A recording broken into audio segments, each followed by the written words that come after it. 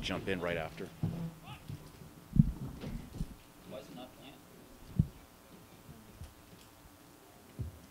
Oh, Canada, our home and native land, true patriot love, in all thy sons command. With glowing hearts we see thee rise, the true North strong and free. From far and wide, O Canada, we stand on guard for thee. God keep our land glorious and free. O Canada, we stand on guard for thee. O Canada, we stand on guard for thee. Well, that anthem singer deserves a raise right away. Welcome to 2018 action for Foothills FC in the Premier Development League, live from Calgary/Okotoks, Alberta, Canada. Dave Stanish along for the ride with you one more time, along with my special guest, commentator, color commentator, Canada's most famous athlete this week, Stephanie Labbe. Stephanie, say hello to the people. Hi, everyone. Happy to be here. Well, Stephanie, I know you'd rather be on the field, and everyone across the country knows you'd rather be on the field, but if you could make a statement about your current scenario and situation, I think everybody would like to hear it. Yeah, of course, I'm extremely disappointed that I'm not able to suit up and be here with the Foothills, but I'm excited to be here in a different capacity today and, hopefully bring a little bit of my knowledge to the game and share that. But, I'm fully supportive of the guys and what they're going to do this year and, of course, wish that things could be different and I could be on the field with them, but we're going to work hard to make that happen. Well, I know you're going to be on some field somewhere in 2018, and we all look forward to following what happens with your career, both in 2018 and hopefully if the people at Spruce Meadows and the Canadian Premier League are listening, let's create the Stephanie Labbe rule for the CPL in 2019. So hey. We'll have to see what happens.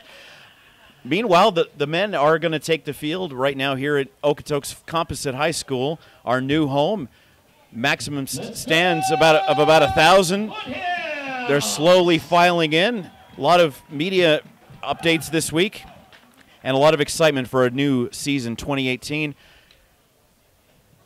The Calgary Foothills FC were divisional finalists, losing to Portland last year in the championship match for the division, and of course got to the USL PDL championship game in 2016.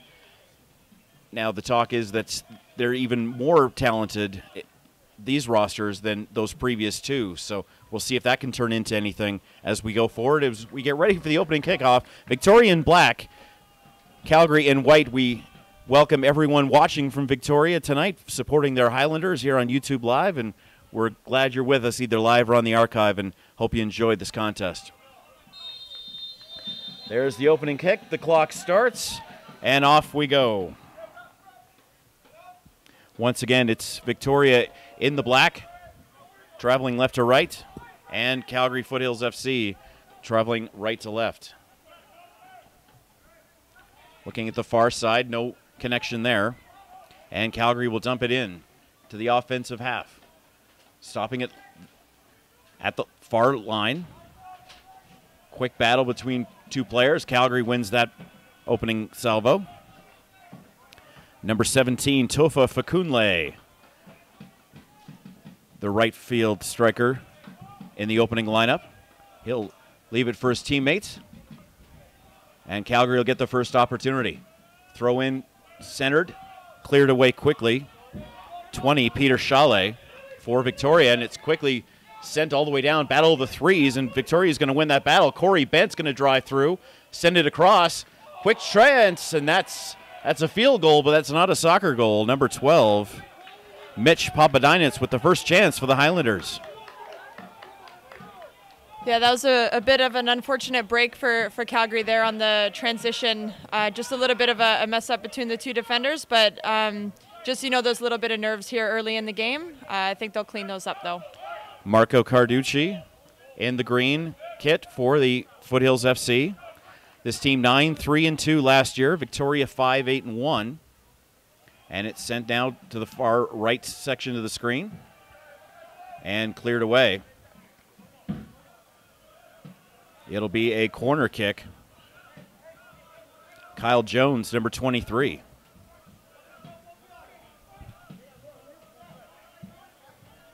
Almost all the Foothills players in the box ready to receive this corner kick. The first one of the 2018 season. Cleared in. Nice header there. Marcus Campanile, number 10, got a piece of it. Sending it back in is Jackson Farmer for Foothills. Some head trades. This field, normally the home of the Okotoks Foothills Composite High School football team, but they've generously given us this usage of the field until they come back in late September. And another corner and another try for Kyle Jones. We can hear the foot soldiers behind the net. Nolan Worth in the red kit. Ready for another chance. That one cleared through, and a nice clear once again. It looked like Campanile got that one again. And Nolan Worth will come down the action. Feeding it ahead. Chalet looking for someone on the near right side of the field. Knocked out by Jordan Haynes. And it'll be a corner for Victoria Highlanders. As I said, Highlanders 5 wins, 8 losses, and a tie last year. A draw. My apologies. And they did not make the playoffs. Only the top 2 in each division made the playoffs. Portland faced Calgary in that divisional final in Portland. Calgary looking to get there and hopefully finish at the top of the table to be able to host that match. Cross through. It goes off the back of a defender. And Calgary trying to get it off out of their defensive third. Fighting a bit of the dirt and the grass. We're still not completely green here in Calgary in the middle of May. But Mother Nature's working on it. We should have some tremendous conditions on Sunday afternoon for the rematch here at 2 p.m. We hope you'll be with us for that rematch. Slight wind towards us in the press box, right beside the camera. Not much velocity as the crowd continues to file in. As you'll see, the fixed seats in the middle are season ticket holders, and that response has been quite appreciative for Foothills FC so far in 2018.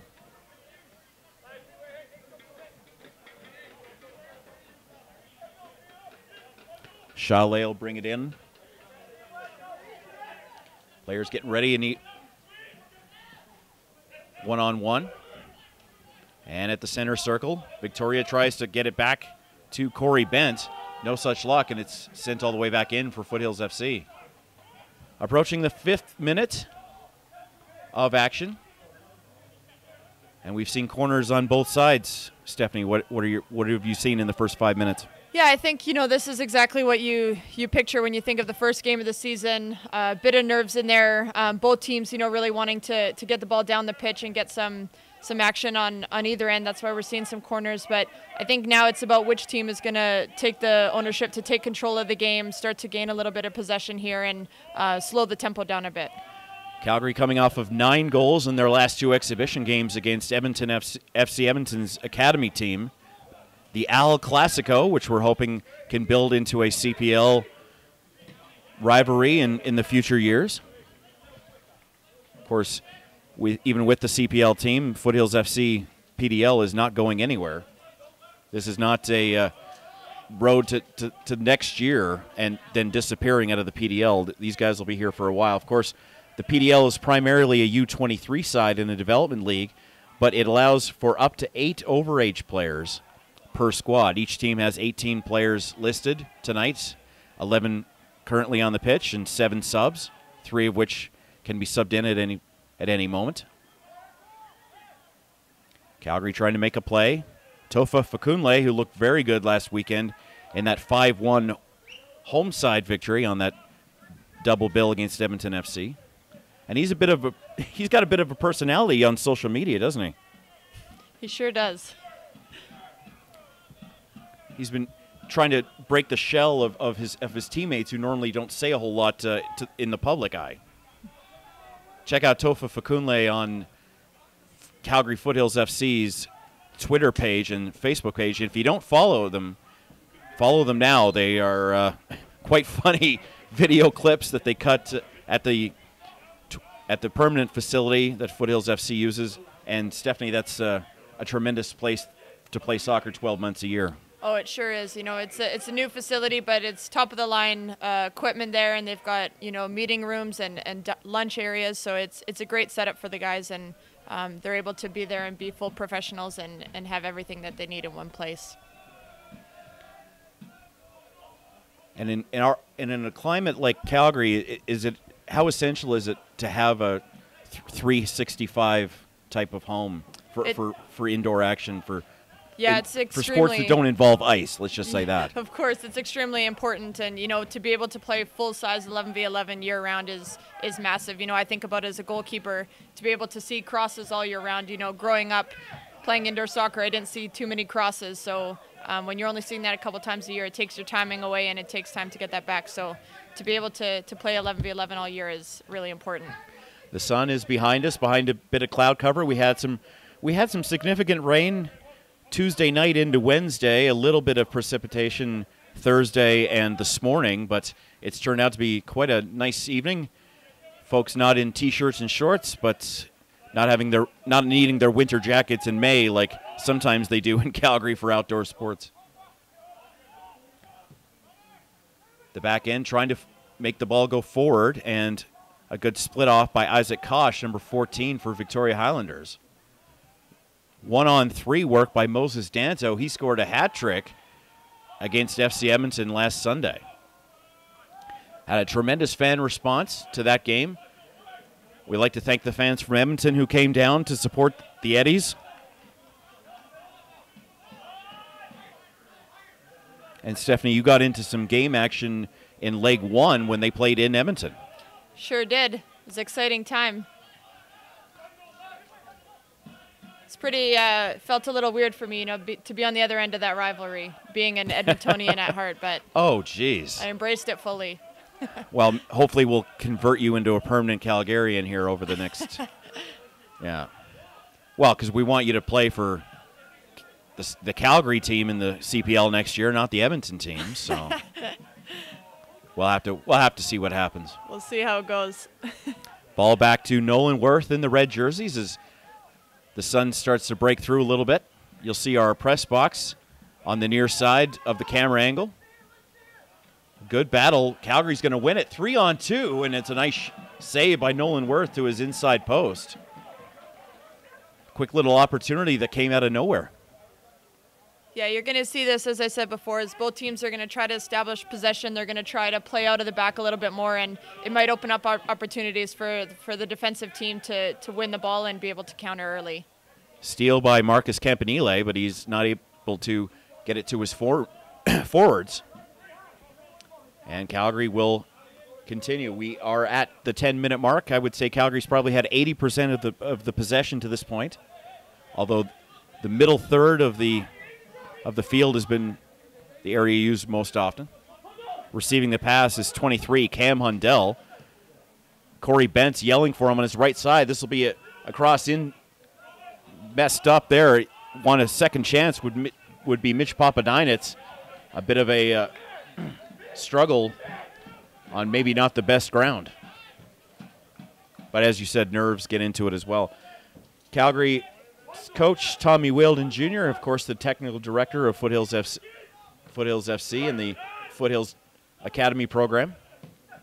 Thomas Niendorf is the coach for Victoria Highlanders, and if that name is recognizable, that's because he coached the Calgary Storm in 2001 in Calgary's previous professional experience, and they played at Foothills Soccer Park outside of McMahon Stadium. There's a quick little chance over the bar. Good try from Moses Danto. As the press box is getting a little excited here, we're waiting for the first goal. We don't want to wait 90 minutes for a marker on the scoreboard here tonight in our home opener. Once again, the rematch will be on Sunday, and then Foothills FC will travel on the road next weekend. We'll give you more details about that on Sunday and how you can follow the team on the road. Looking for Corey Bent. Definitely been the most aggressive player on the Victoria Highlanders side to this point. The shot by Campanelli blocked away.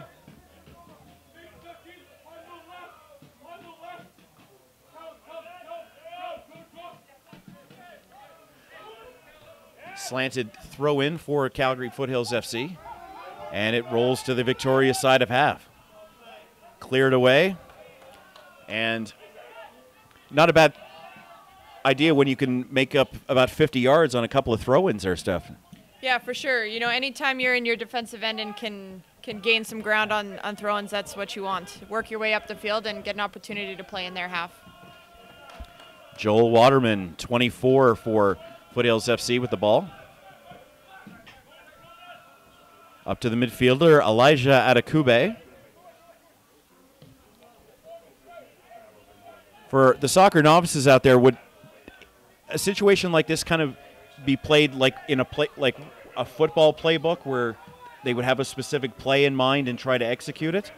Yeah, I think, you know, both teams will come in and have a game plan and a strategy in terms of how they want to play and how they want to nullify the opposite team's threats. But, you know, early on in the year, it's tough to really know what the other teams are going to bring. They haven't been able to scout the other teams yet. So I think today is about bringing what they can bring and having their game plan in terms of how they want to play and sticking to that. And then reading how the game's going and being able to adapt to what's happening in the game. So maybe not specific plays like a football or a basketball play where the coach would yell out number 7 or something and then they'd execute play number 7 out of a playbook? Nothing like that? Yeah, no, you'd probably see that more on just set pieces, on free kicks, corners, that sort of thing. But of course. In the run of play, they'll have their specific way of playing and their different strategies on you know, what best suits their technical abilities and how they want to play. Just let it develop on its own. Exactly. Speaking of set plays, this is a chance for Foothills FC, but they'll take it easy. We are scoreless at the 14-minute mark. Fans continuing to arrive, and as you'll see on the far right of the screen, some mini nets set up for the little guys to run around and aspire to be on this team in about 15 to 20 years. Notable players for the Foothills FC, Nick Ledgerwood, number 6, Canadian international. Keep an eye out for him. Elijah Adekube is the younger brother of Canadian international Sam Adekube. The all-PDL playoff team in 2016 he played. We'll have much more detailed information on each of these players for both teams coming up on Sunday after we get to know who has the more primary roles, because they're just trying to figure it out themselves. Waterman in the center, Haynes to his left, Wielden to his right. Wielden will feed it in, looking for Danto, and a nice read by Nolan Worth.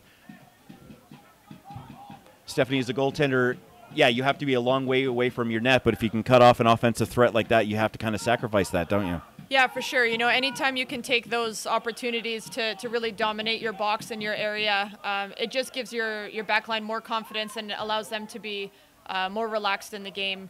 You know, if you're forcing your defender to go up for that header, it can cause a bit of chaos. So anytime that you can take the heat out of the game and assert your dominance there, that's going to give your team more confidence. Absolutely. Victoria very patient, just waiting to see what Foothills FC will execute. And here goes Corey Bent again, trying to put some pressure on his opposite number 3, Jordan Haynes. You can definitely tell this is the first 16 minutes of a brand new season. Both teams will play 14 games this year within the Northwest Division of the PDL. Check out USLPDL.com for all the breakdowns of all 74 teams in this league. course, that the PDL continues to expand. The USL is up to 31 now, and of course MLS has had tremendous success in Atlanta and Minnesota in the last couple of years. Stephanie, what do you think soccer's explosion on the professional level could be attributed to in the last 3 to 4 years? Yeah, I think, especially on the women's side, of course, the success of the national team for sure helps. But I think on the men's side, more and more, of course, the excitement now with John Herdman taking over, the excitement with that, the opportunity of possibly hosting a future World Cup. I think it's giving a lot of these young guys, that dream that that could be them in 6 or 8 years. And I think, with the new professional league coming up. A tackle in the box. How is the referee going to decide on this one? Once again, it's that battle of Haynes and Bent we've been talking about all afternoon. And it's going to be a corner among several things that the referee could have called. Yeah, I think that's a good, strong tackle, but I think, Calgary's happy to come away with a corner here, and it was a good attack there by the Highlanders. Mitch Papadinets, number 12, sends it in, looking for a header, cross the net, and nobody can put a solid foot on it, and it rolls away. When do the women's national team get ready for the World Cup? I know, obviously, in 2019 that'll be coming up, so we're not too far away, only about 13, 14 months from the Women's World Cup kicking off. Yeah, it's coming up quick, and we've got our World Cup qualifying campaign coming up in October here, so we've got a couple camps before then, but that'll be the big test to make sure that we're ready and of course, get our qualifying spot in place. And another cross that goes nowhere and is touched by no one, and that finally this time will result in a goal kick for Marco Carducci in the green. What can you tell us about Marco? Yeah, Marco's has some experience with the Canadian youth teams, and he's come in and been really strong. His main asset is definitely his distribution. He's probably one of the best distributors in the men's game, and so that's something that we'll look to see. And I think just his experience and confidence back there will be leading this back line. What color do you normally wear when they're wearing white? Would you wear green as well, or? Sometimes do you get to pick? Do goalies get to pick? Not always. You got to be different than the ref, different than the teams, different than the other keeper. Oh, we have lots of options. Of course, the referees are in the yellow jerseys. Head referee Michael Mund, assistant referees Gabrielle Loas and Guy Nappert-Fournette, and the fourth officials directly below us, Dustin Friesen. Getting forced back is Callum Montgomery, number 2. And once again, Calgary seems to have the territorial advantage so far. Yeah, for sure. You can see, their back line's really starting to dictate the play and control the tempo a bit. I'd like to see Calgary get their midfields on it more, continue to maintain possession that way, because those are their real playmakers. And the pressure from up front, they've got 3 speedy forwards, so keep using that to get in behind. Calgary content to use the far side of the field, camera angle, and Victoria Highlanders, led by Corey Bent, seem to be happy on the near side.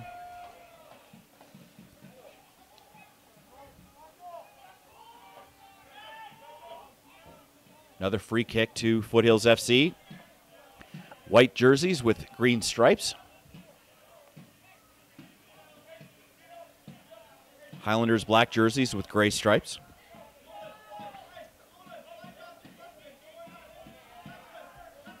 Just outside the 18-yard box. Players setting up, listening to instructions from their coaching staffs. Tofa Fakunle trying to get himself ready. Going in, blocked in front, knocked away. Player went down, but it's a goal kick the other direction.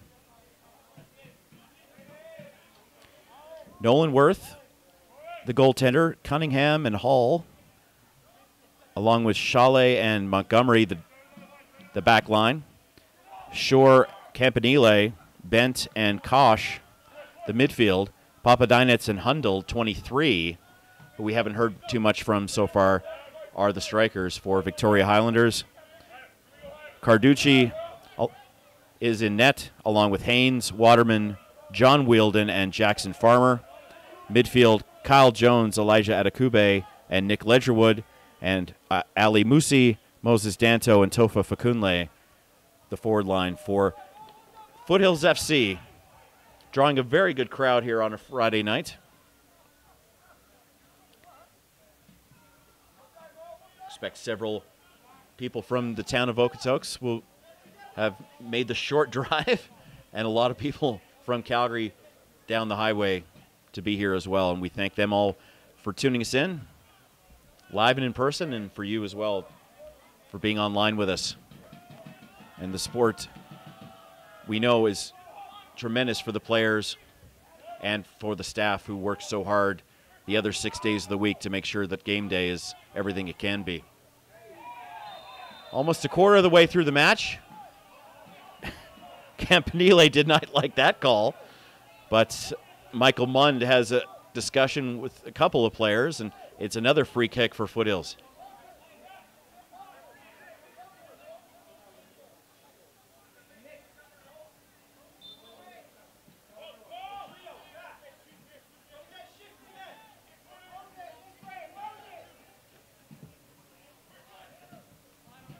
Kick through diagonally for Foothills FC. Bring it down is Ali Musi for a significant touch of the game. It rolls out as players go down. And it's a yellow card against Corey Bent.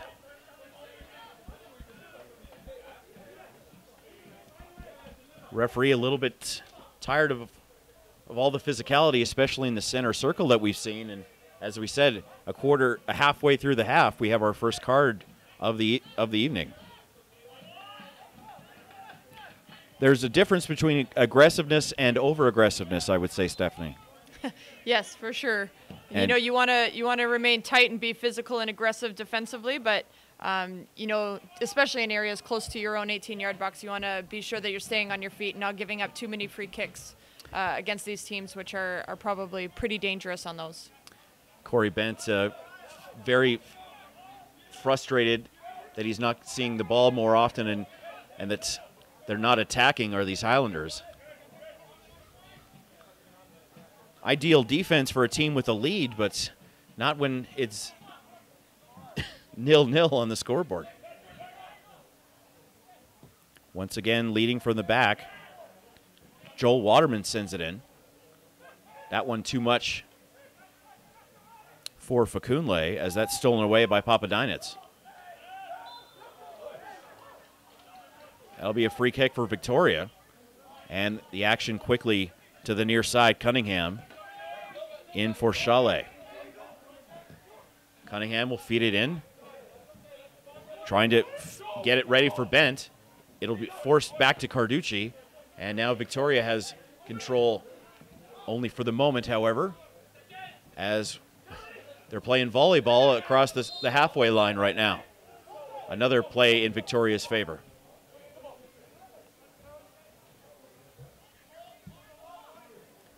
Chalet, number 20, will leave it for Bent.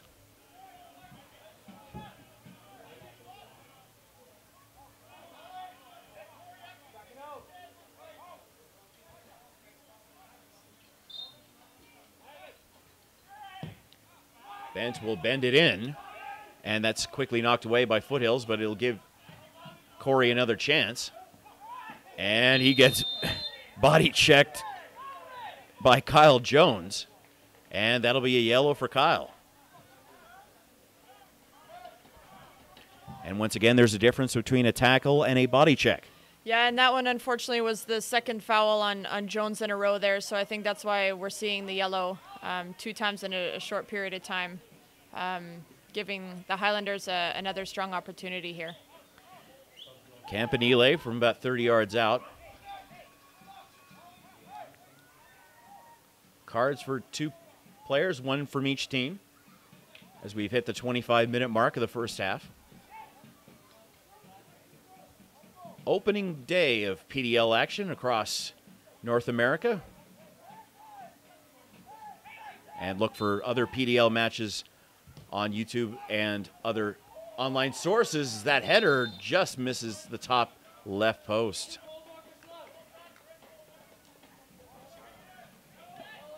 Campanile's been strong and aggressive tonight. And that one a little bit too much for Ali Musi.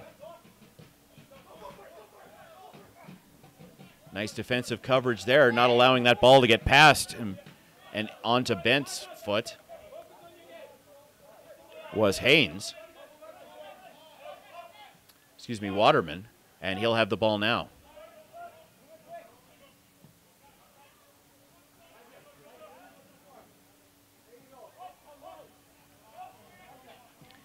Wielden and Waterman, central defense.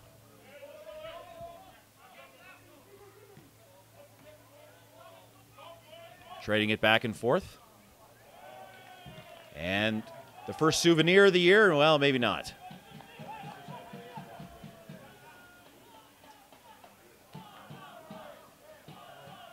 You'll be able to hear the foot soldiers to our far left in the beer gardens making a lot of noise, trying to increase their ranks. It's supporters clubs like that are a big reason why the Canadian Premier League could be and hopefully will be as big as it is, because you need those hardcore, dedicated fans, right? Oh, definitely. It brings the good atmosphere, the energy, and it just creates those rivalries, and that's what's important, and to keep growing the culture of football in this country, and to keep people getting invested and supporting teams and getting out and buying the tickets and coming to games. And, of course, they're right behind the opposing goaltender, which I don't think is a coincidence. It's not always the most fun I was going to say, you don't let that distract you, do you? Once again, the battle of the threes, Haynes and Bent. That's going to be a battle for at least the next 62 minutes, I believe. And it's certainly been entertaining for the first 28.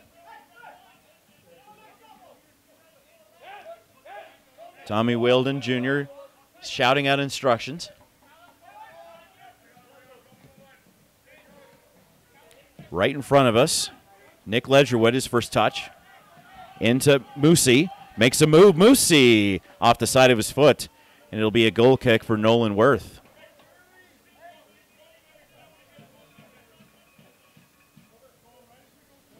So, Stephanie, why was it a goaltending that you chose among all the 11 positions on the field?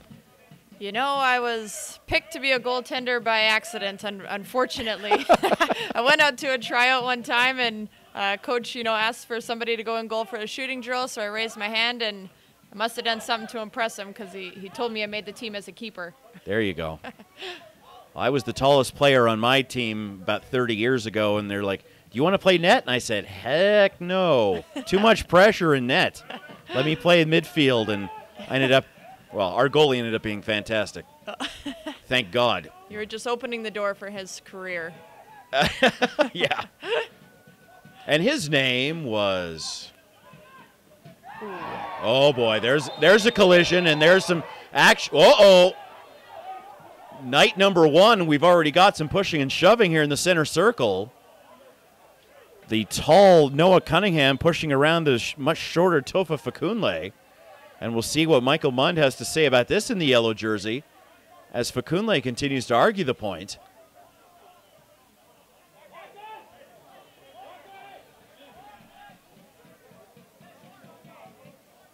Coaches asking their players to run away or walk away and run away from this situation. There hasn't been any giant moments. We had that one little body check that created the yellow card against Kyle Jones from Foothills FC, but sometimes I guess it's a whole bunch of little things that can develop. As Thomas Shore, 16 in black for Victoria. He's got a yellow card on his record. Yeah, definitely as these games go on, there's lots of chances early on in the game, but the game's getting tighter now and more of a center of the field game, and the tackles are starting to happen. Teams are getting a bit tighter defensively, and that's when, things start to heat up, especially the longer that the game goes, being tied 0-0. Is it not wanting to give up that first goal and the additional kind of mental pressure that might lead to stuff like that? Yeah, definitely. Both teams early on are pushing for that first goal, and of course there's that bit of not wanting to give that one up. So it's it's like I said, the game's getting tight, and defensively you're putting in those extra tackles, and that's what creates, this higher energy. Yeah, especially the first goal of the entire season. For sure. As that one's going to be sent all the way across to Fakunle. And that'll be waved by the far official. And once again, I think that official on the far side is pointed towards Calgary every step of the way so far, as we're past the 31-minute mark. Still scoreless if you're just joining us. Of course, on YouTube Live, you can rewind the archive, of course, or you can rewind the live version and watch it right from the beginning. Free kick for Calgary to the far left. Left to right kick in front, off the head, and rolls all the way through. That's a fantastic service by Jones. Whipped in, near post, tough for the keeper to come out for that, and tough to defend as well. With the sun in his eyes, as you said, that's a tremendous effort. And a play they can keep in the back of their minds going forward. Worth with the kick through. Off the head of number 20, Peter Chalet. He's had quite a few touches today. Cam Hundell playing off his off wing. And that's going to go off Calgary. Well, actually went off Hundell. Both players argued the opposite, but it's a goal kick for Marco Carducci.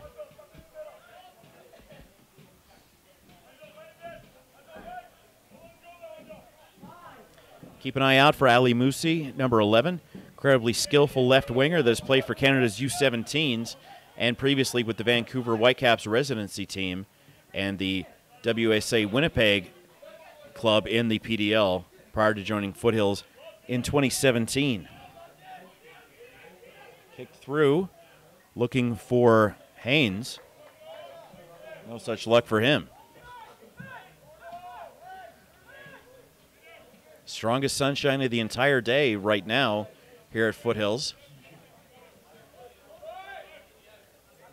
Even a few degrees temperature improvements will certainly make the players more comfortable. We're looking at 25 degrees for the action at 2 o'clock Mountain, 1 o'clock Victoria time on Sunday.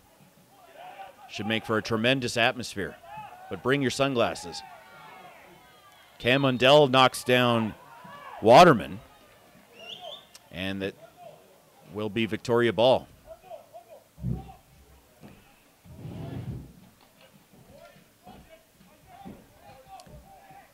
Victoria starting to make something work, but 1-on-5 won't result in a goal, and it's cleared all the way out. Victoria on the good side of half. Making the chase is Ledgerwood, and that forces Worth into a quick kick that gets 3/4 of the way down the field. Making a play is Chalet, and it'll get cleared away off a Calgary leg, and Chalet will quickly throw it in to maintain the pace of action. That one quickly cleared away by the Calgary defense. And again, Corey Bent playing with the yellow. Well, Shore is also playing with the yellow, number 16. And it'll roll all the way back to Worth. 35 down, 10 to go here in the first half.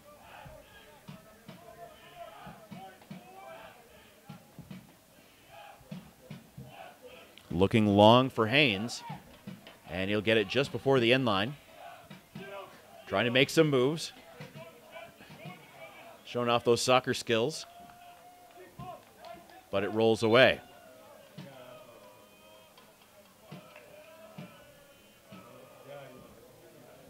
You ever get fooled by fancy footwork? I bet not. You try not to, but every once in a while, when you've got the Martas out there, they sell it quite well.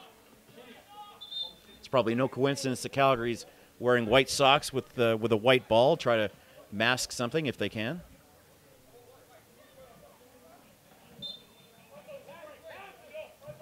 Foothills FC's Twitter page has been extremely active over the last 7 days, and we thank everyone who's started following us since El Clasico from both parts of Alberta. And we wish FC Edmonton Academy the best in 2018. And we hope that Edmonton eventually will be one of the initial franchises along with Calgary in the Canadian Premier League. The YEG for CPL hashtag has been getting a lot of good response, and an Al Clasico derby within Alberta would be fantastic for the first time in about 20 years, both teams having a professional team, both cities having a professional team at the same time, first time in a long time. Sending it back, Victoria Highlanders. Still looking for our first goal today. Coach Wilden was disappointed that Cunningham's troubles couldn't be taken advantage of by his players. Well done by Cunningham to clear the ball.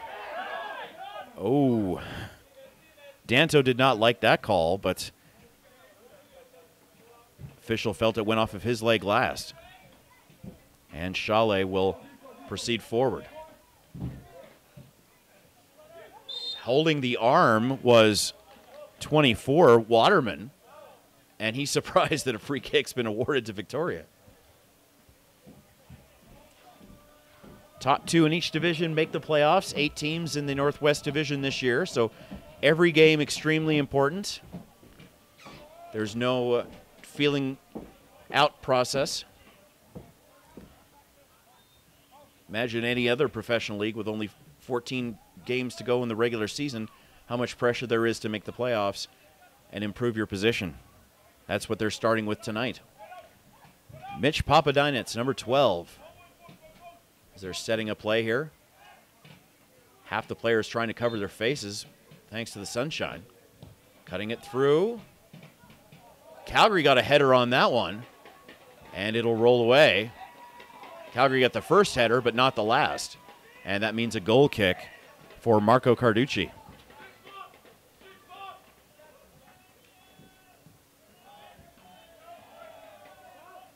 Keep an eye out for Moses Danto, center forward. Powerful striker, formerly with, once again, WSA Winnipeg in this PDL, was set to sign with Didier Drogba's USL team in Phoenix, but had issues with a working visa, but he's heavily touted for the future. Moses Danto, number 9 in white. Tremendous offensive performance in that exhibition game last week at the Calgary Soccer Center, which will be the home of the UWS team that we'll have coverage for here on Canada Footy News YouTube link. That'll be at the Calgary Soccer Center, and they'll open their home season in 3 weeks. And we hope you'll join us for those women's games along with these men's matchups. Joel Waterman dropped it off. Adekube drops back. Approaching the 40-minute mark. Stephanie, your thoughts as to what we've seen so far in the first 40 minutes?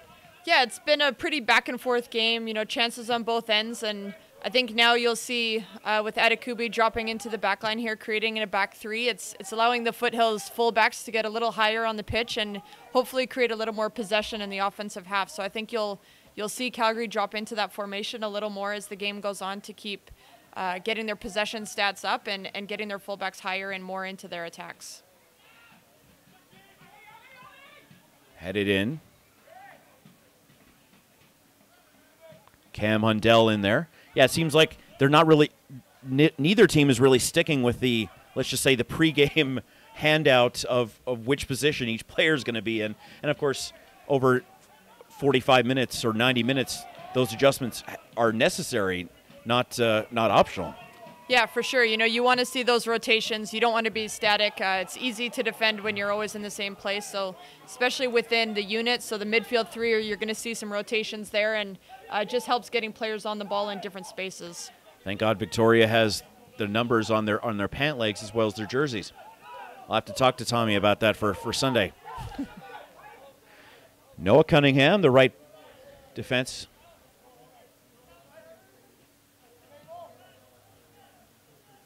Montgomery's moved from the left to the center. Some battle along the far line and right in front of the fans, trying to get loud to support their team.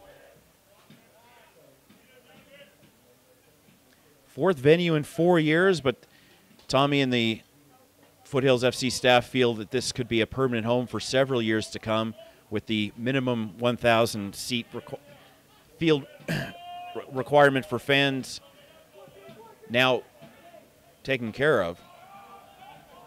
They're hoping that it can draw as much notoriety as the Okotoks Oilers in the Alberta Junior Hockey League, as well as the Okotoks Dogs in the Western Major Baseball League, who sell out every night, 2,500 strong in a baseball stadium only a couple of clicks away from here. They want to get some early action and try to convince these Okotoks fans that soccer is just as exciting as baseball if you have the right stadium. And I mean, Stephanie, I think that's probably a huge factor for these players. The right stadium's fantastic, but the wrong stadium can probably be really bad.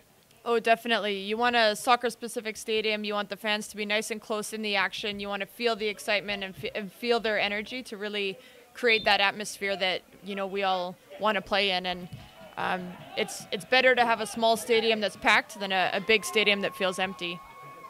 Cutting it through, quick move, blocked off. Nice job there by Moosey, but it was nicely knocked away by Colin Montgomery, number 2, and it rolls over to Nolan Worth.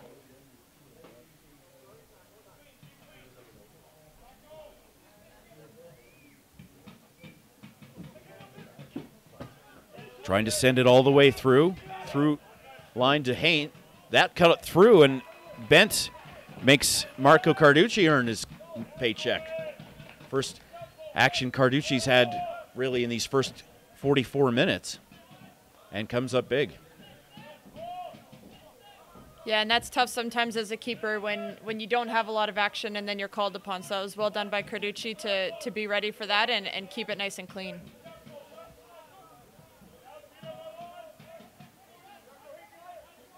Foothills FC going right to left on your screen, and that's going to be knocked down. And Foothills will maintain possession. Moses Danto, number 9. We were just talking about him as the sun has gone back behind the clouds and people are putting their jackets back on.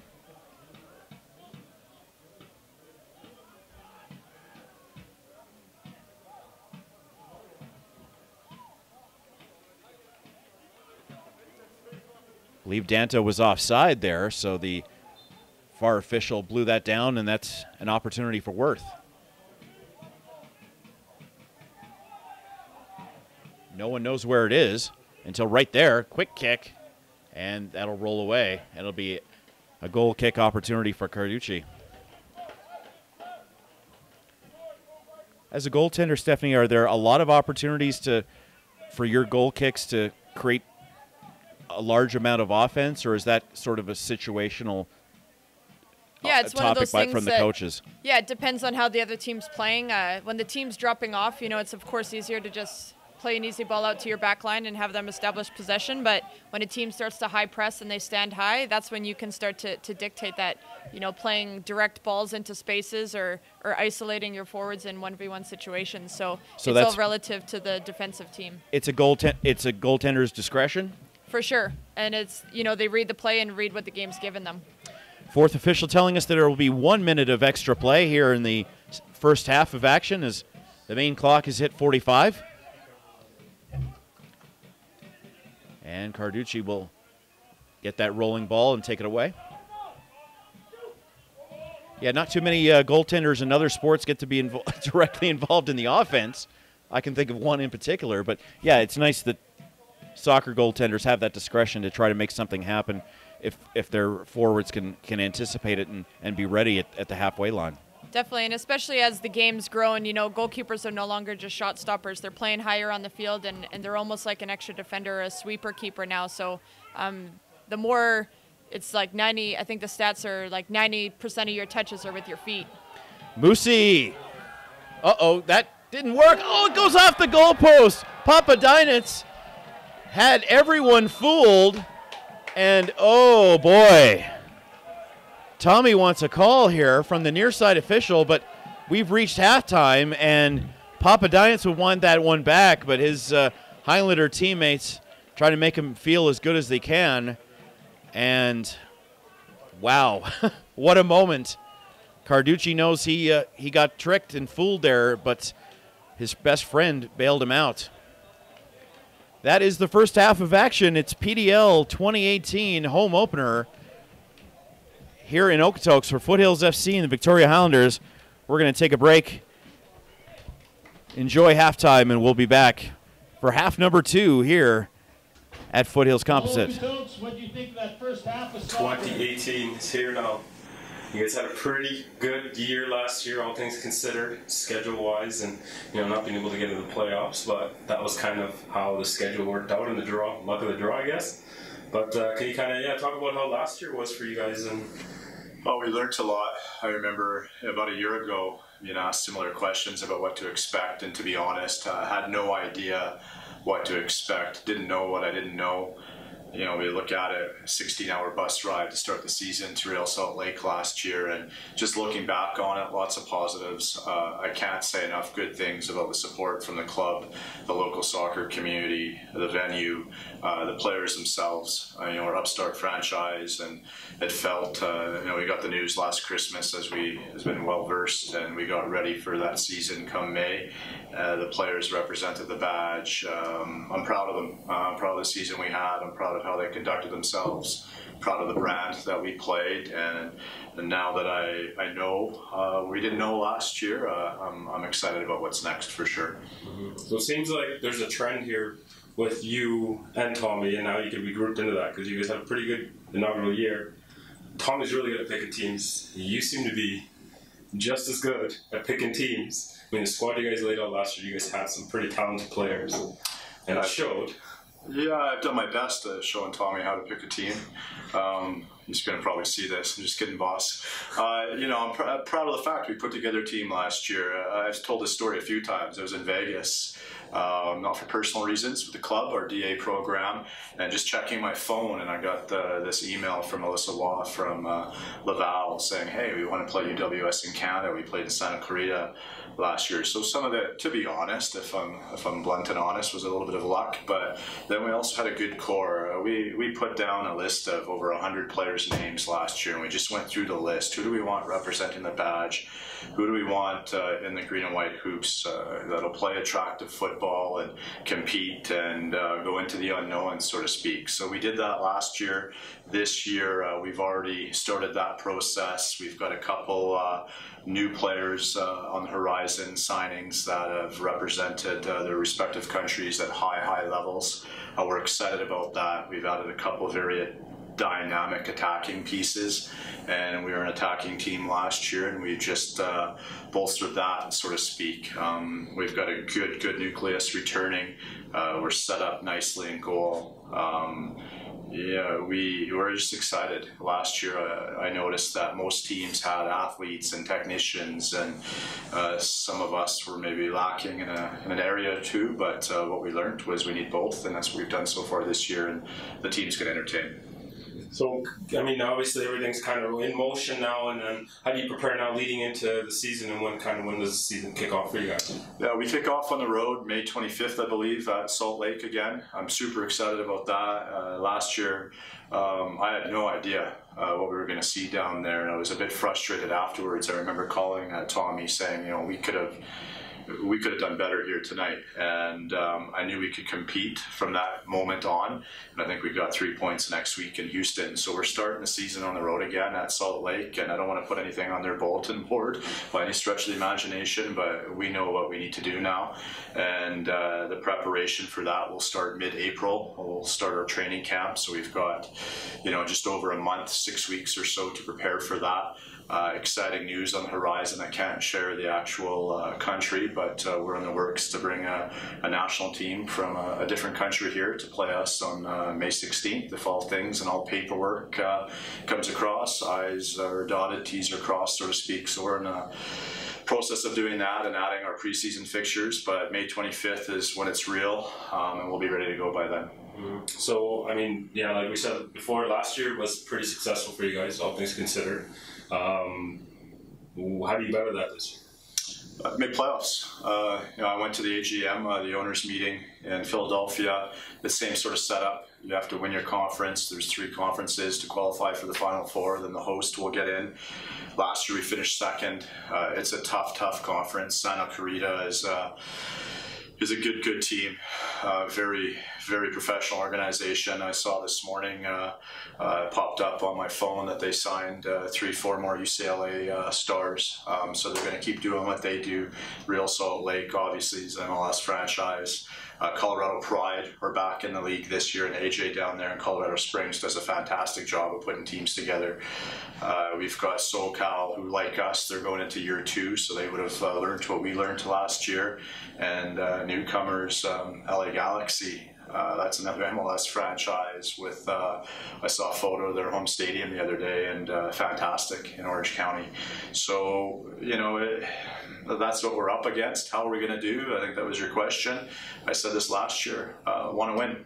It's Calgary Foothills Soccer Club. It's about that badge. It's about what we do, and we're going to go right after it. And I'd be lying if I said that wasn't the intent. What would you say for in kind of a ratio of academy players, homegrown Foothills players to players that you're kind of pulling in from other places? What would the ratio be?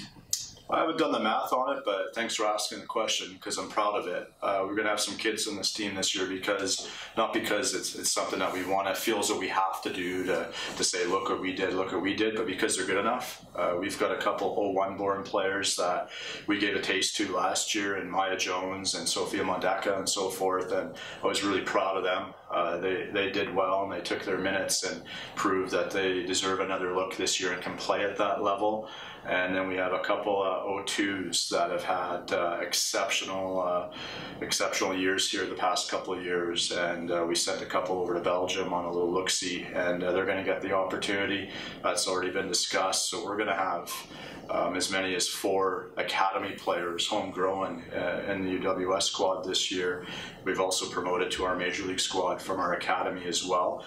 And then we have some alumni that are still pursuing that game at that next level. So the core of the team will be very much homegrown here in Calgary, and there's still quite a bit of green and white hoops, Foothills, and that as well.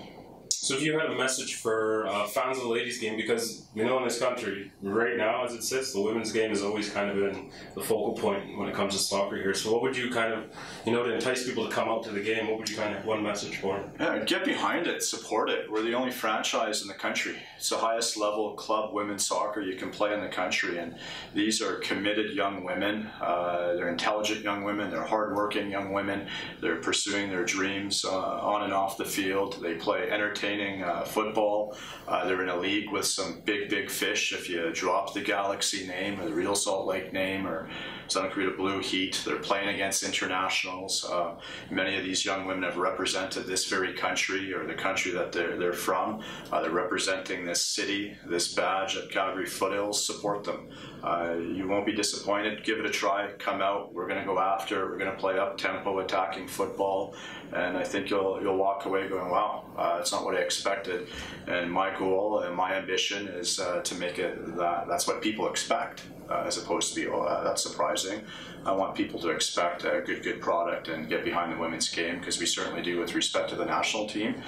This is a high level standard as well, and we've got players that have represented this very national program, so get out and support it. Thank you. Thanks, Simon.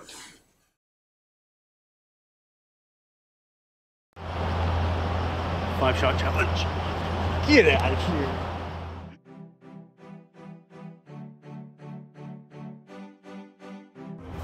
We're here with Marco Carducci. We're doing the CFN challenge today. So it's me versus Harry, and we're gonna try and score on a Canadian international goalie. How do you think you're gonna do, Harry?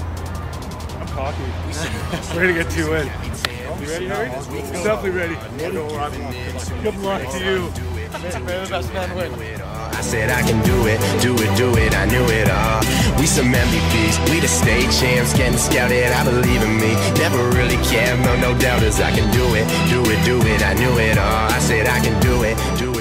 There's going to be one penalty shot. Do one cross in, try to take a clean first touch, see how that works out. One pass over the back, take a touch in the half circle and see what you can do, and then a 1v1. Who do you think is going to do a better job, Harry, me, or Marco? We'll see. And help us build now, we chilled out and that's real. Go 0 to 100 like real quick. I got more will than Will Smith. Just starting out, but I killed this, so let's build this. Listen while I'm telling my story. Had a couple rough years, but still I'm destined for glory. Just trying to work in this moment to keep my parents from worry, but always keeping my patience because slowly seeing the progress. I'll tell you, no one can stop us. Swear I never will quit until we gaining some honors. So please hit with your best. I'm always up for a test, cause when the pressure's on, you go see who's above the rest. That's real. We some all-stars, we some Capitan, we some winners. We go so hard, never giving in to no critics. I can do it, I knew it all. I said I can do it, I knew it all.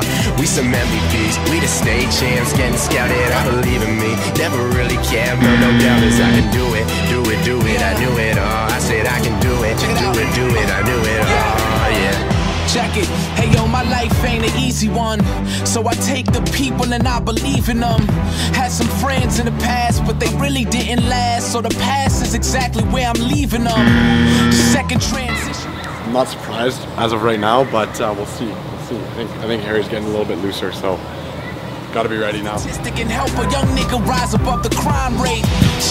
I'm just an artist on.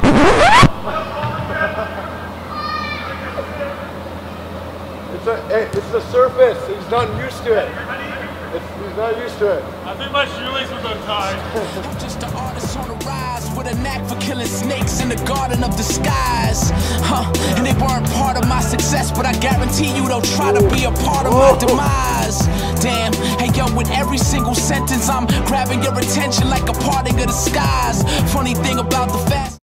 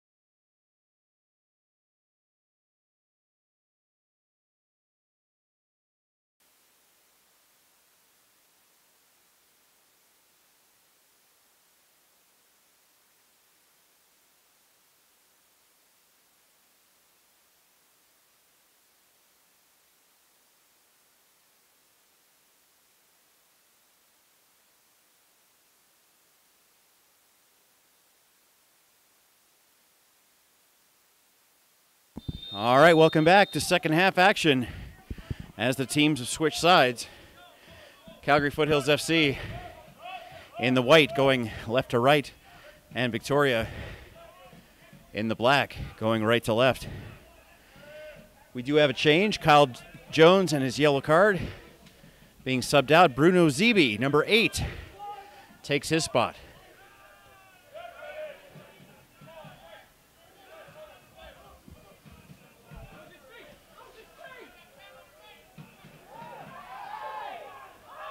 A lot of craziness inside the penalty area. Referee Michael Munn doesn't give Coach Tommy Wielden what he wants.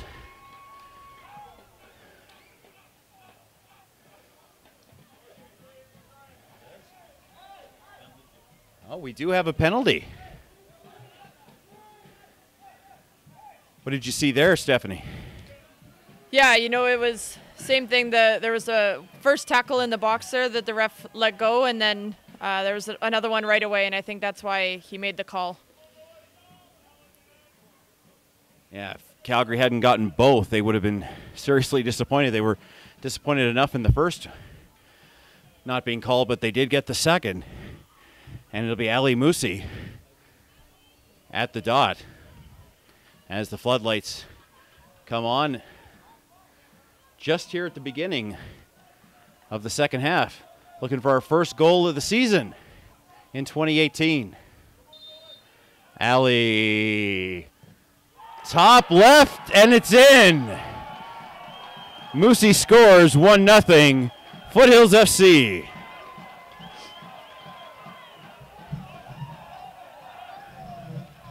Nolan Worth moving to his left, and Musi just kind of waited for him to disappear and put it right where he was standing. It's a good energy one for the Foothills. Start off the second half, getting that goal, getting up 1-0, and they can hopefully relax and settle into this half now, continue to dominate in possession and keep their rhythm and keep attacking from there. But a really good start for them. What they always say in hockey is the worst time to give up a goal is the first minute of a period or the last minute of a period. So for sure, and I think they were lucky to not give up one at the end of the first half, so to start the second half this way will be big for them.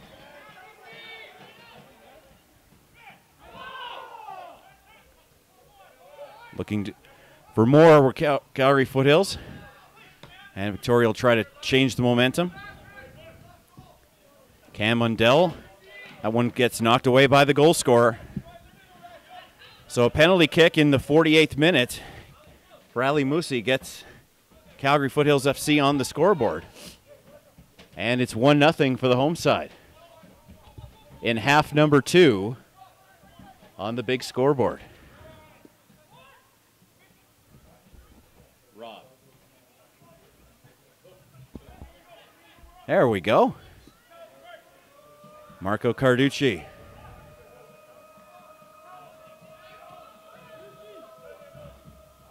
I couldn't imagine goaltending without gloves nowadays, could you? No chance. Are there grips on them like football receivers usually sometimes have?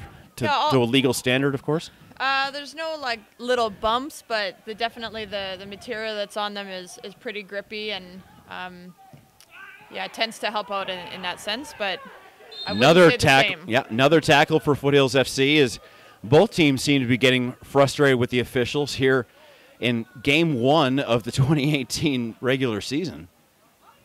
And teams not treating this like a first game of the season, as I said, in such a short season and so exclusive a playoff format.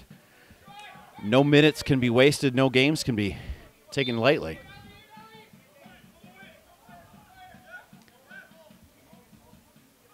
Waiting for his teammates to get online and ready to go. Callum Montgomery will send it to the far side. Trading it back and forth. Campanelli in there. And it's taken away. Foothills FC will throw it in. Corey Bent now on the opposite side of the field, still as aggressive as before. And another call from Michael Munn, this time in Calgary Foothills FC favor.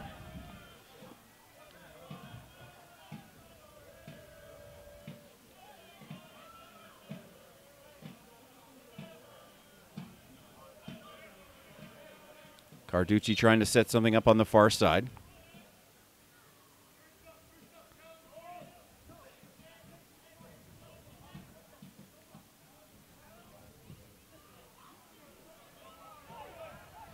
And that one almost into the stands for a souvenir.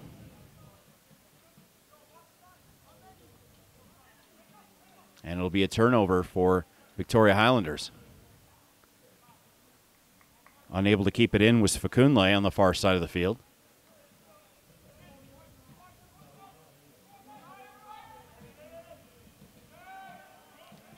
And here come Foothills in white to the right. Moosey can't handle that pass from Danto and is forced to go backwards. Collision there. Campanile maintains possession for his club.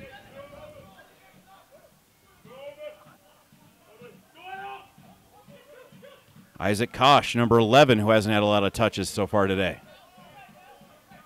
One gets dropped in. Moosey showing the the proof of his foul in the penalty area by the back of his jersey. Of course, that's the cause of our first and only goal so far tonight.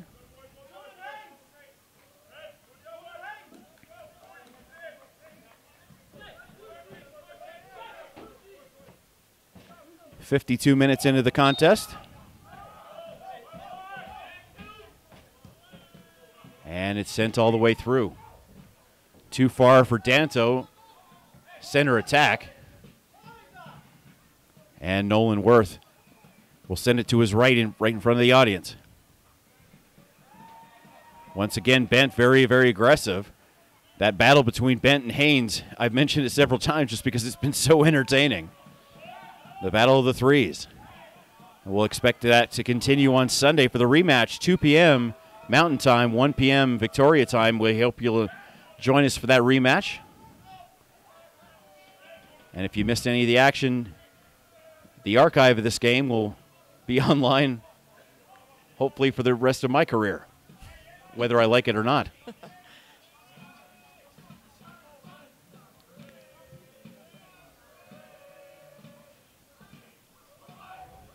Is there a big adjustment for teams when they switch ends, especially with this kind of weird cloud cover and when the sun tries to poke through and then stays away?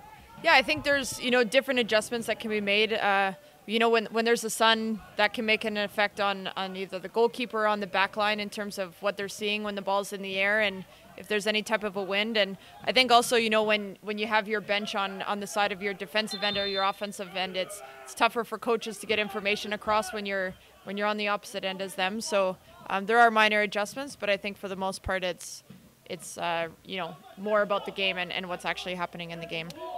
The wind. Speaking of the wind, it has completely calmed down from a couple of hours ago where it was quite aggressive towards us here in the press box, far to near on the camera angle.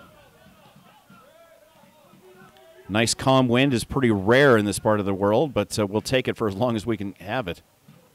Campanile, along with Thomas Shores, he's working with a yellow card, the most recent of the three. Back across, and now trying to find the back end for number 11. Isaac Kosh went off the side of his heel, and he couldn't get a full grip on it.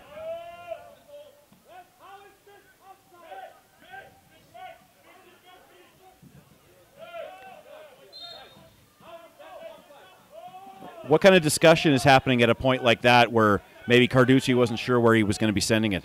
Yeah, I think it's just about, whether you're setting up to play out or setting up to go long, because if you're setting up to go long, you want your midfielders and your back lines to squeeze up and be ready to win second balls. And if you're ready to play out, you need your midfielders close enough to your back line to be early options for them. So it's just about getting everyone on the same page.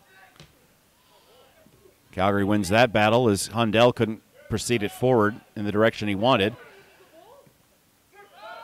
Header's very common here in the middle third of the pitch here. Teams trading it back and forth, and Victoria will break through. Papadinets on the near side. Looking for a right cross into the center.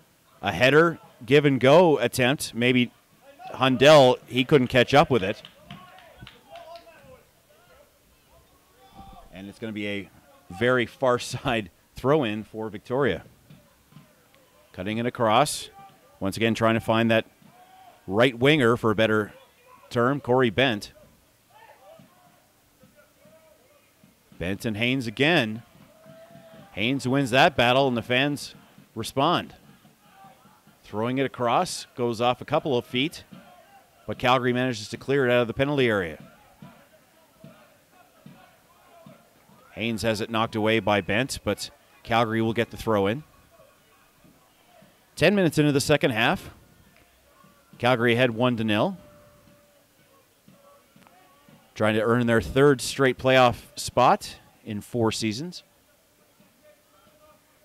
And get revenge for that disappointing Northwest Division Championship game that they played in Portland against the U23s for the Portland Timbers.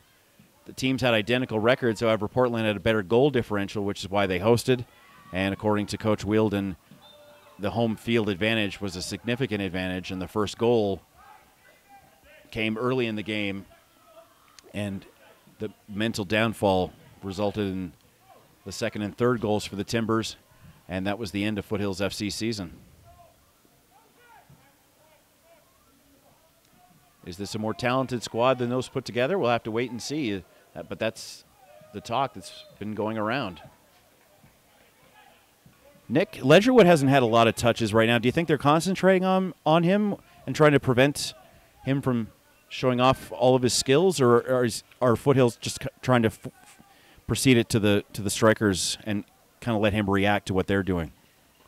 You know, I think it's a bit of both. I think the Foothills have started out the game definitely playing a little more direct, and they're trying to get a little more possession now, which I think we'll see the midfielders getting on the ball more. And I think at the same time the Highlanders have come out and they knew the Foothills threats and how to nullify them. And, you know, you take away Nick Ledgerwood, who's a playmaker, take him out of the game, and then it looks like, you know, every time Danto gets on the ball, they've got 2-3 defenders on him to not let him get any space to get off shots. So they're nullifying some key threats, but I think the thing for Foothills is other players need to step up and continue to do their jobs, and that's what's creating the opportunities is more and more players stepping up. Looks like we may have a substitution to be made here as Carducci sprawls to get that ball, but gets it safely nonetheless. Looks like Nico Pasquati will be joining the action as the second of 3 substitutions for Foothills FC when they get the opportunity. We'll see who he comes in for. That went a little bit too far for Colin Montgomery. And here is the substitution.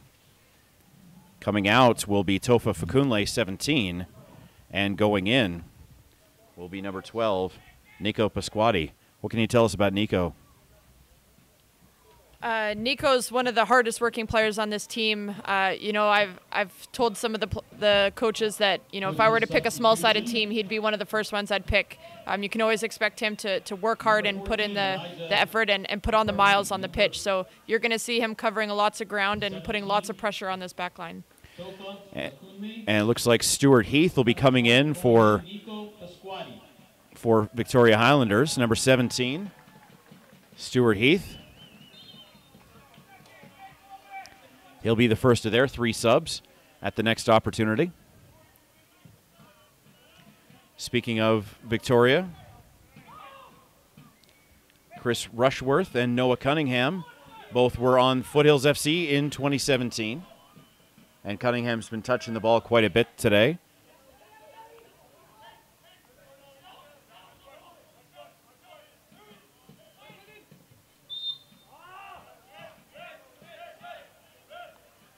Rushworth currently listed as a sub, number 9. We'll see if and when he joins the action.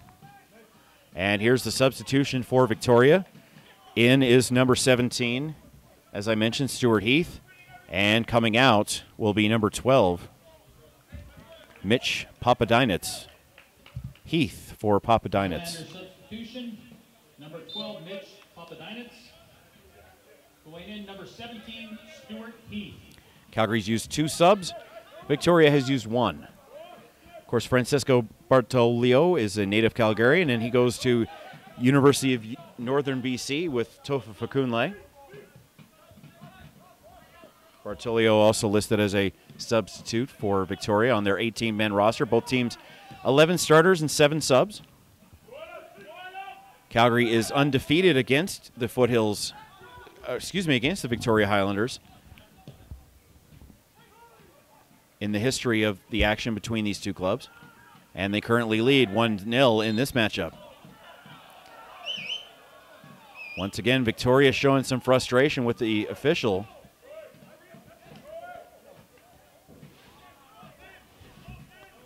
Tosh did not like that call, but it's a movement for Calgary Foothills in the white jerseys with the green stripes.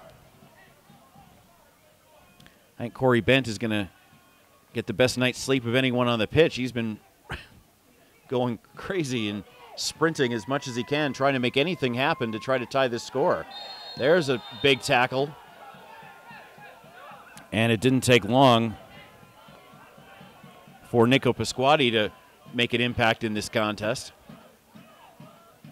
Okay, it's Bruno Zabi, number 8. You'll see here he's in front of the referee, and he is one of the other substitutions today.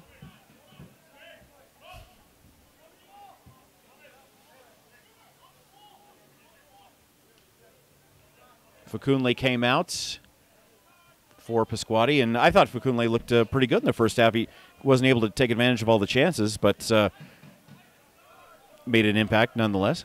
Yes, for sure. He had some great defensive pressure. He forced the Highlander backline to play pretty direct as he came at them with a lot of pace, and he had a few chances, 1v1s, created some free kicks for the Foothills, which gave them some good goal-scoring opportunities.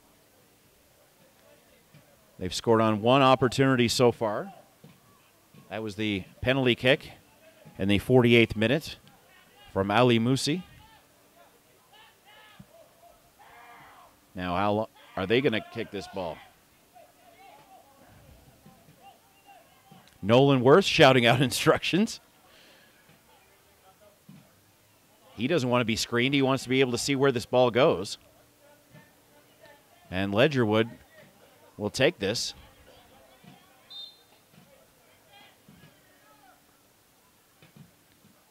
Lobs it in, looking for Musi on the header.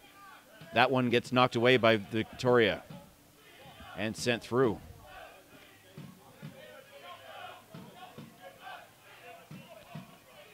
Jackson Farmer, 5 in white. We'll toss that through.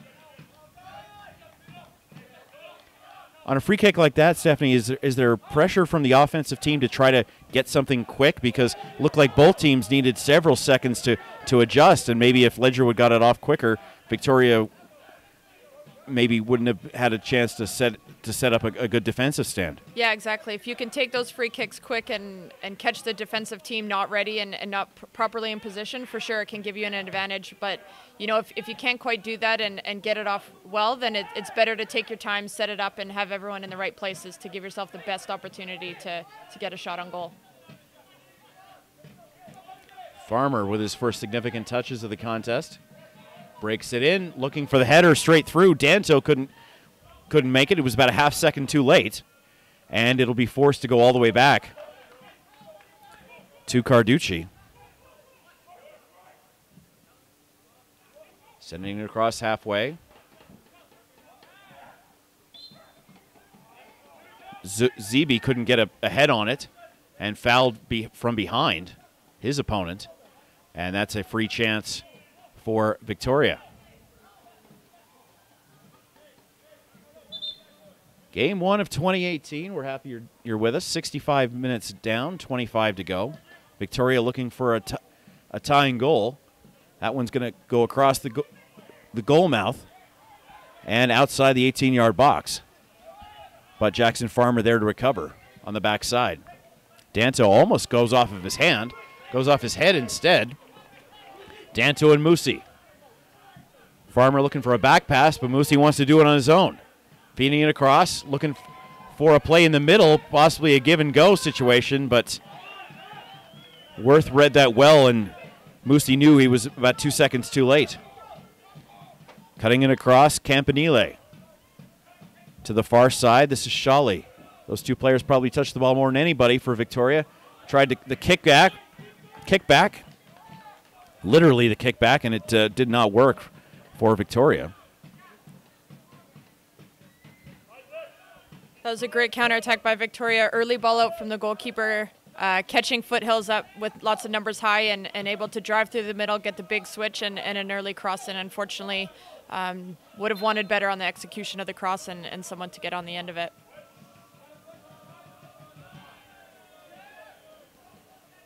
Going long. Looking for Shawley. Too much for him.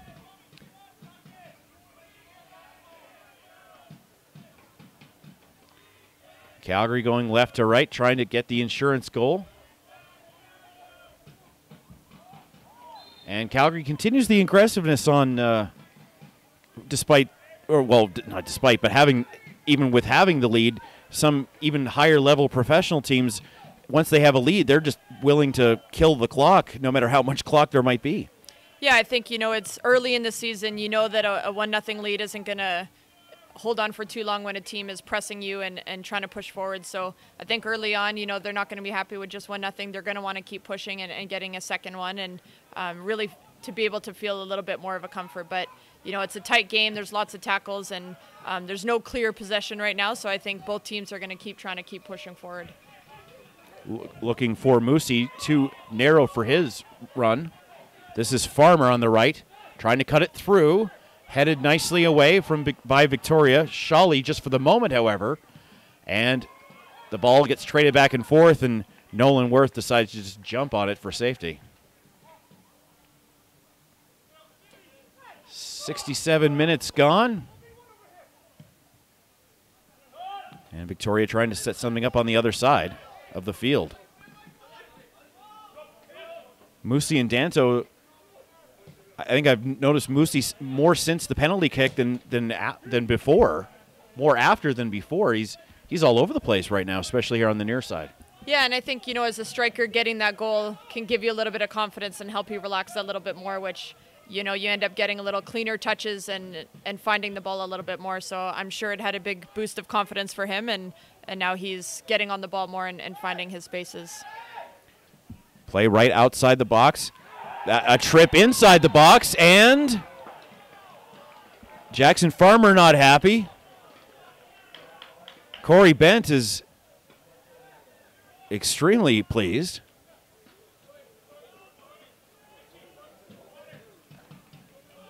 What do we have here? I think we have another penalty kick. 2 penalty kicks in 68 minutes. That's not very common. Yeah, even at the high level like this. Yeah, for sure. But what happens, like I said, when a game is tight like this and it's getting physical and emotional and there's going to be those tackles. And unfortunately, when you're in your defensive box, you've got to be careful, especially when one's already been called. The ref's looking to even it out. So he took his opportunity. Oh, and the save, Carducci! He read it perfectly and the crowd goes crazy. What an unbelievable chance. And Stuart Heath, the substitute, you can see the frustration on his face. Wow, what a miss. Near side, left side. What a read by Marco. That was an incredible save by Marco and a big momentum shift, this can be for the Foothills.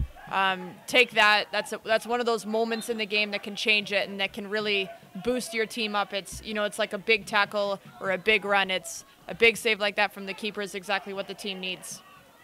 And it's a goalie war right now between Carducci and Worth.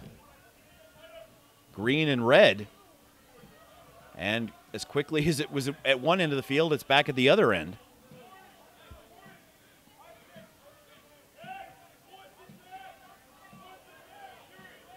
Those are always the funniest clips is goalkeeper goals. Look those up if you've never had a chance to. We'll give a shout out. They're quite hilarious. Shout out to an Albertan, Asmir Begovic. He's got a goal in the English Premier League. Go check that one out. There you go. And we're at the 70-minute mark now. Victoria with a free kick. If you don't follow us on social media, please do, foothillsfc.ca, for all the links that you need. We'd love to hear from you during the broadcast, either in the chat room or on social media. We'd love to get your comments and feedback, especially from the Victoria fans. And that one gets knocked away by Danto.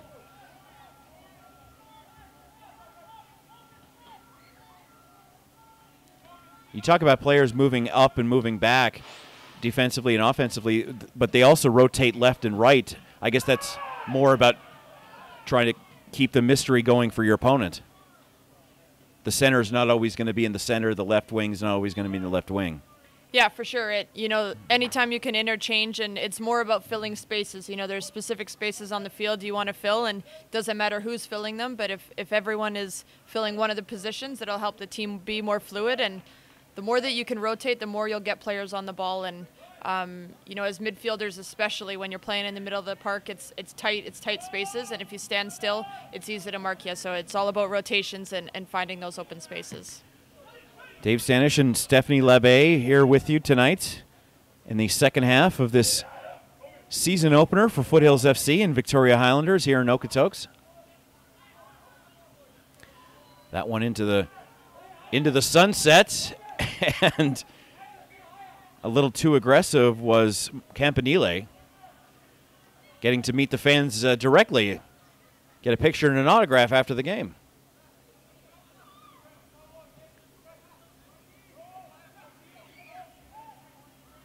It's those direct not that quite direct, but it's those direct contacts with fans that make lifelong fans, isn't it?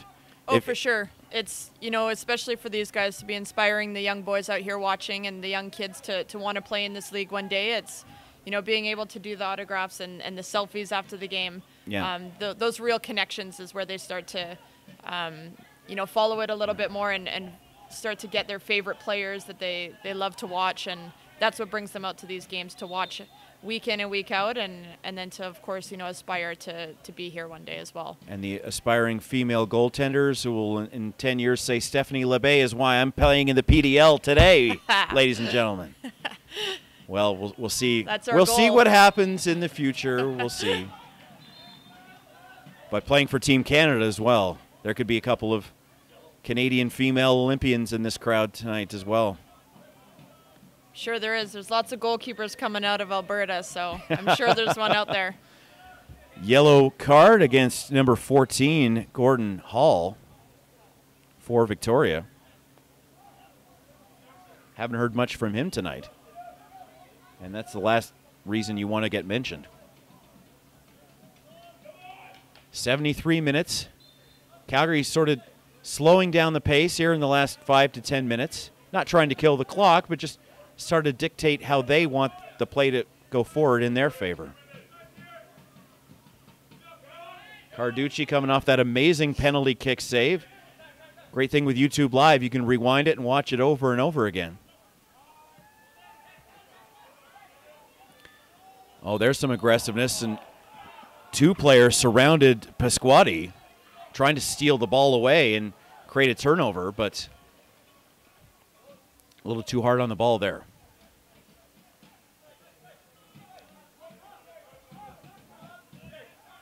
This is Nico on the far left side of the pitch. Lobs it through. Shawley tries to keep it away. Quick battle for it. Calgary wins that battle. They win most of these battles. And Worth forced to dive onto the ball outside the 6-yard box and keep it for his team. Sending it down. And responding, Joel Wentworth, 24.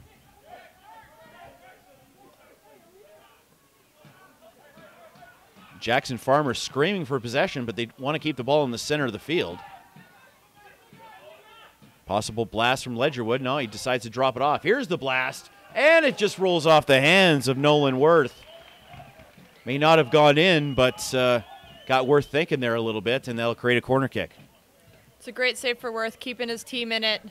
Great shot from Mousse from the top there, and Highlanders, obviously happy to have that save and keep them in the game, give them the chance to get at least the tying goal. And Ledgerwood with a bit of trickery there. Didn't take the blast when he had the opportunity, but was able to quickly drop it off in sort of a soccer-style one-timer, and Mousse almost got paid off.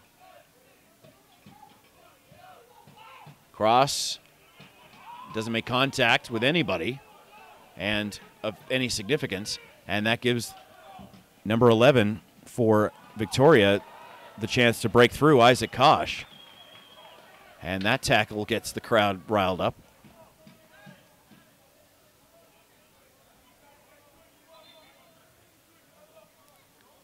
We hope they'll be back, and we hope you'll be back on Sunday afternoon, Mother's Day. Bring your mom. Bring your kids. Should be a great day of action at 2 p.m. Mountain Time. And the weather is supposed to be spectacular.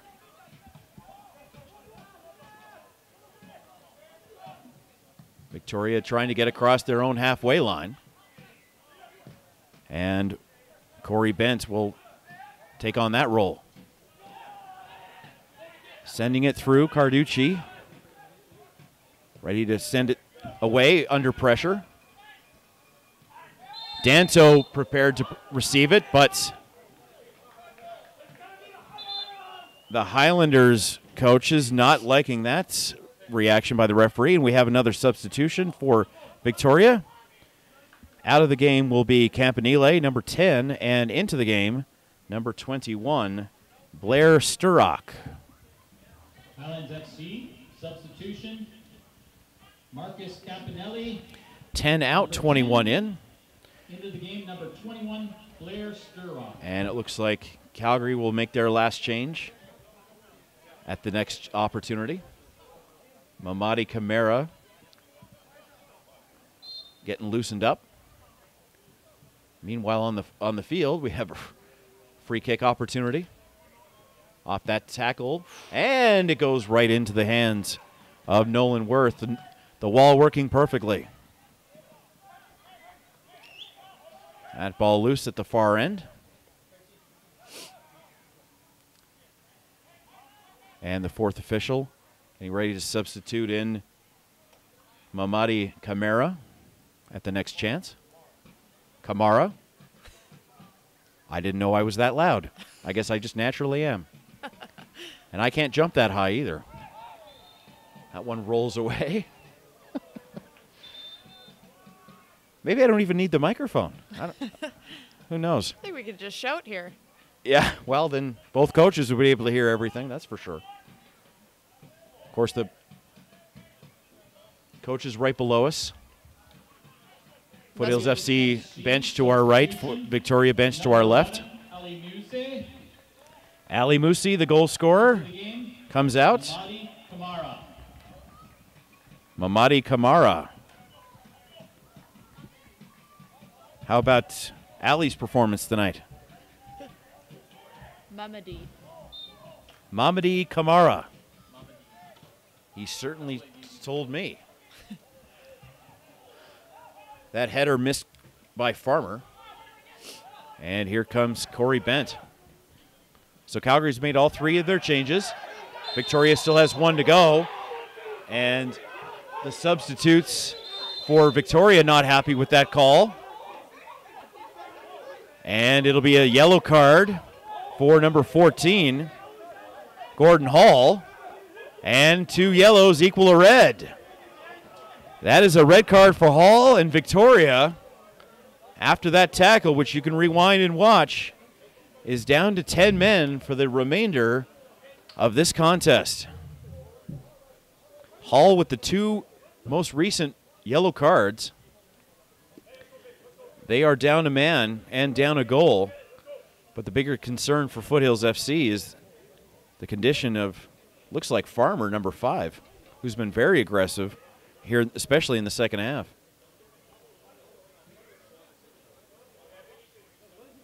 Definitely hit that replay button and take a look at it.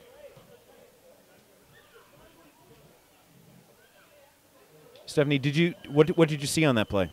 Yeah, I'm a bit surprised at the call, to be honest. I'd have to go back and see the replay, but from my point of view here, it just looked like Farmer got his leg in there, and it looked a bit awkward, and I think that's why, he's still down. It was a bit of an awkward tackle, but I'm not sure that the call should have been made that way, but the ref saw what he saw and sees differently down on the pitch. So, how about Jackson Farmer as a player and as a teammate?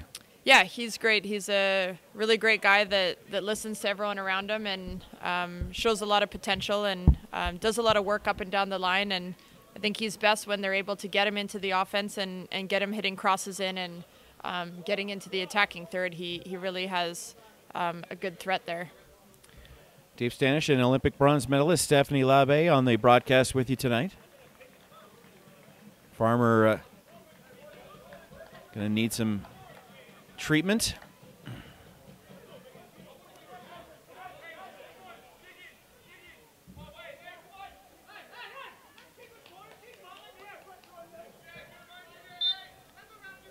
Victoria down to 10 men with a goal that they need to find here in the next 9 to 10 minutes, depending on the referee's whistle. Worth going to send the ball down about 20 yards from goal. Trying to sneak around was Victoria, number 11, Isaac Kosh, who's been a lot more active. And the injury replacement for Foothills FC will be number 18, Dan Hayfield. We'll see how long he is in for Farmer. Calgary substitution, number 18, Dan Hayfield, in for number 5, Jackson Farmer. Here's the chance. Way over top of the net once again. 3 points in a different sport, but 0 goes on the board in this game.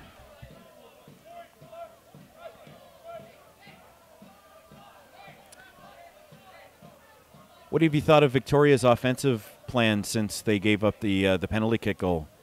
Yeah, they've definitely had a little more energy and been a lot more upbeat in their attack, creating more opportunities, pressing a little bit higher, putting the Foothills back line a little bit more on their heels, and try to create something out of anything, any chances that they can get. Trying to salvage a single point if they can. Down a man, but we've seen crazier things happen with teams that are short a player. Waterman clears that to halfway, but we see a couple of tackles, one at the line and one in front of the box. And once again, just complete frustration by these Victoria players. I have to admit, for game one of a season, as I described, yes, there aren't 82 games or 162 games in this league, but I'm just genuinely shocked by the physicality here for a game one. Yeah, I think both teams are coming out here wanting to get a result in the first game, start the league off on a positive note, and there's a lot of emotion that comes into it. They've been in a long preseason, been training for a couple of months now, waiting for this moment, and you come out and there's a lot of emotions that go along with that. This is what you train for, is these games, and you've been working it up and lots of anticipation for this, so it's going to come out a bit in the emotion. 84 minutes on the clock. Nice bit of fancy footwork for number 18, Dan Hayfield, trying to impress. That one a little bit too far ahead for Hundell, and Calgary changes the possession. Miscommunication there between Hayfield and Pasquatti. And Victoria will start. Start again on the offensive half. Can't find a connection on the throw-in. And Calgary tries to go ahead, but cleared away nicely by Noah Cunningham.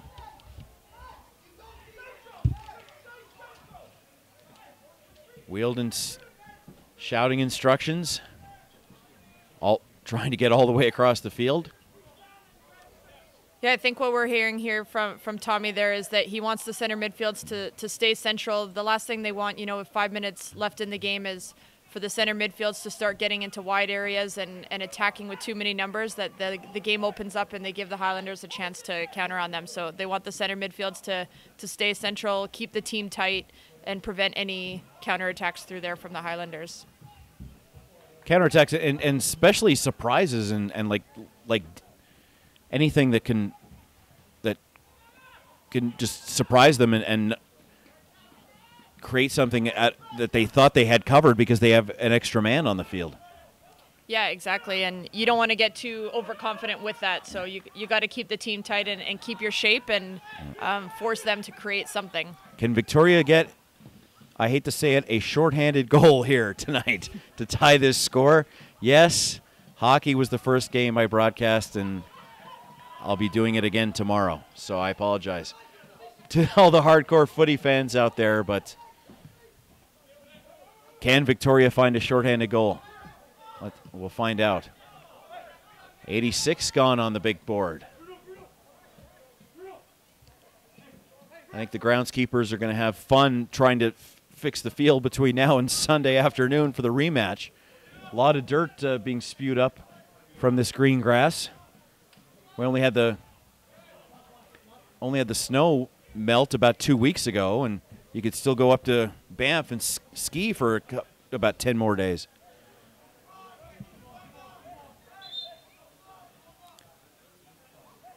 Calgary wants to bring in another substitution, Willie Akio, who looked very good in his time against FC Edmonton last Sunday.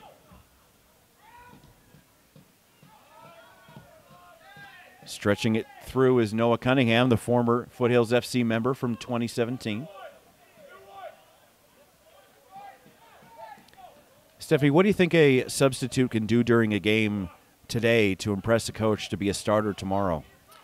Yeah, I think, of course you want to use your substitutes in this game. Knowing you've got another game in 2 days, you want to give some players a rest and get players touches. For these players coming on in the second half, they're getting touches so that they're even more ready to either start on Sunday or play even more bigger minutes, because it's tough to play 2 back-to-back 90s in 2 games. So some of these subs are going to probably be called on even earlier in the game the next time, if not starting. So it's a chance to get them in the rhythm of the game, feel the energy, and be ready for Sunday. Cross through, nobody there solid from Victoria to take advantage of it. And now, as you can see, Nolan Worth, just behind his halfway line, feeding it in again. Goalie touch to touch. 2 chances and 2 stops. Stuart Heath, who missed the penalty kick, 1 chance, 2 chance, and Marco Carducci there again. Yeah, that was well done from Marco coming out for that cross. He had 3 players on him and unfortunately couldn't hold it, but was able to make the second save, which was huge for this team. Across that time, Calgary clears it, however, and the referee will give them the next possession.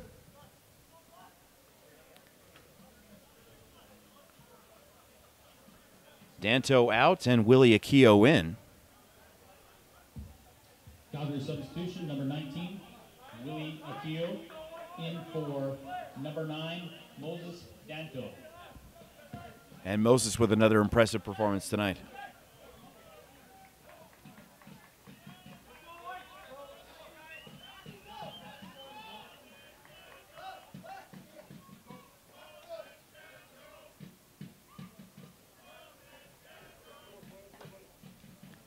And the Foot Soldiers let him know that they appreciate his effort.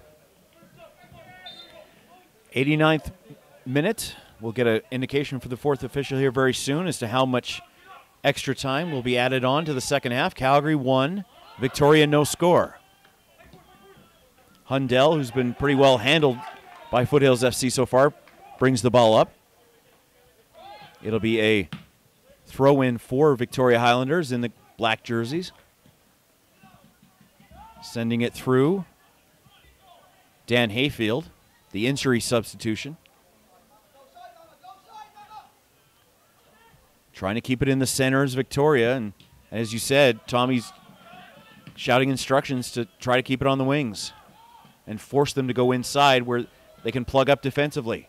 Inside the box, the left-handed shot over the goalpost. If this game was field goals, Victoria would be ahead, but it's not. We're going to add 5 minutes. 5 minutes of extra time to this second half. The injury to Farmer, notwithstanding all the physicality in the second half, as well as the discussion with the referee afterwards.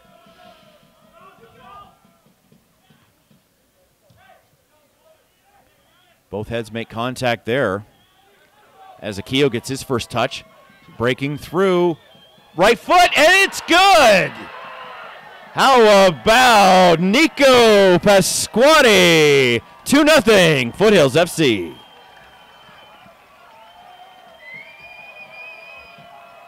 You talked about his effort and his passion, Stephanie, and that's a payoff for him, and all of his teammates quite excited for him.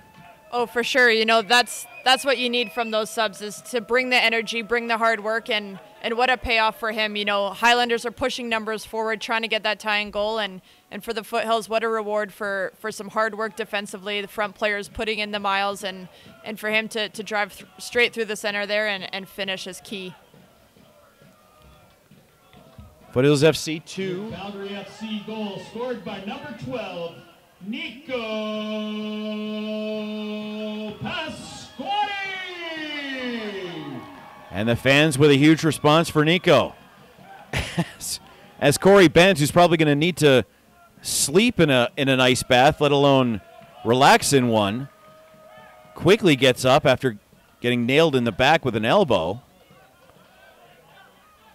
by Kamara. And we keep going here in 5 minutes of extra time.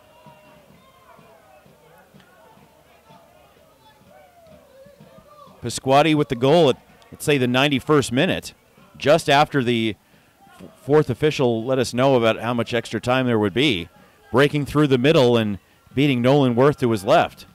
And, of course, the penalty kick goal by Ali Musi, number 11.